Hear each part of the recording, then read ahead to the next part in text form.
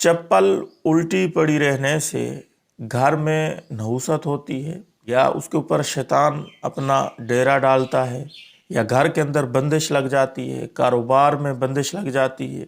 लोगों में इस किस्म की बातें मशहूर है कि उस घर में हर किस्म की बंदिश लग जाती है जिस घर में चप्पल उल्टी पड़ी हो, ये लोगों का मानना है। तो आज हम जानेंगे कि वाकईतन ऐसा ही है या महज लोगों की बातें। तो याद रखें मेरे मोहतरम, सुबह की नमाज छोड़ने से घर में नहुसत आती है, हदीस से शरीयत से साबित है। जुम्मतुल मुबारक की नमाज छोड़ने से घर में नहुसत आती है, शरीयत से अहादीस से साबित है। इसको तो हम लोग मानने के लिए तैयार नहीं है।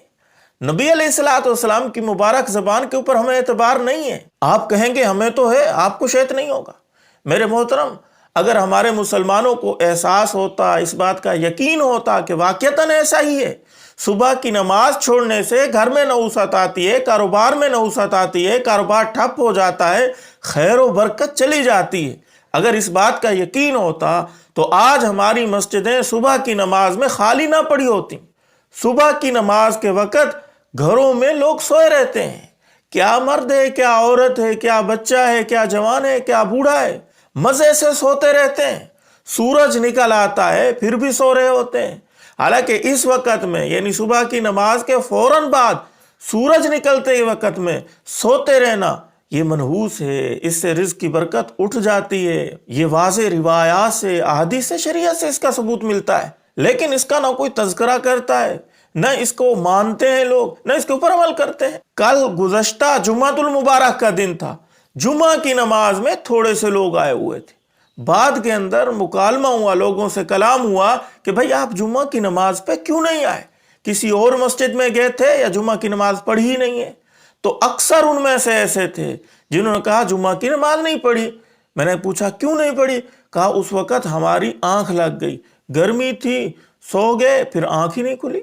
देखें, जुम्मा की नमाज जानबूझ के छोड़ रहा है, इसको मनहूस और बुरा और शैतान का वार और धोखा नहीं समझ रहा, जुम्मा की नमाज छोड़ रहा है। जो हकीकतन ऐसा ही है कि शैतान का वार है, शैतान का धोखा है, इसके ऊपर नहुसत आएगी, रिज़्क़ बरकत उठ जाएगी, वाकईतन ऐसा ही है, इसके ऊपर अमल नहीं कर रहा। लेकिन पता नहीं हम मुसलमानों का ज़हन ऊंट पटांग की तरफ क्यों चला जाता है।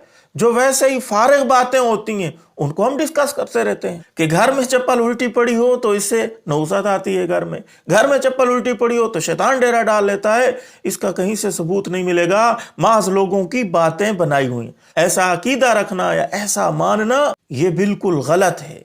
हाँ, अलबत्ता इतना है कि चप्पल उल्टी पड़ी हो घर में, एक चप्पल उधर पड़ी हो, एक उधर पड़ी हो, ये सलीके के खिलाफ है, ये घर की तरतीब के खिलाफ है। जो इंसान नफीस होता है इन चीज़ों से उसकी तबीयत ख़राब होती है। वो जब देखता है चप्पल उल्टी पड़ी है, एक उधर पड़ी है, एक उधर पड़ी है, घर की सारी तरतीब ख़राब हो तो ये कह सकते हैं कि ये सलीके के खिलाफ है। जैसा कि बेड की चादर है ऐसे ही इकट्ठी हुई पड़ी है, उसकी कोई तरतीब नहीं है। तकिया है, उसको सर वाली साइड पे रखना है, वो पाँव वाली साइड पे पड़ा हुआ है।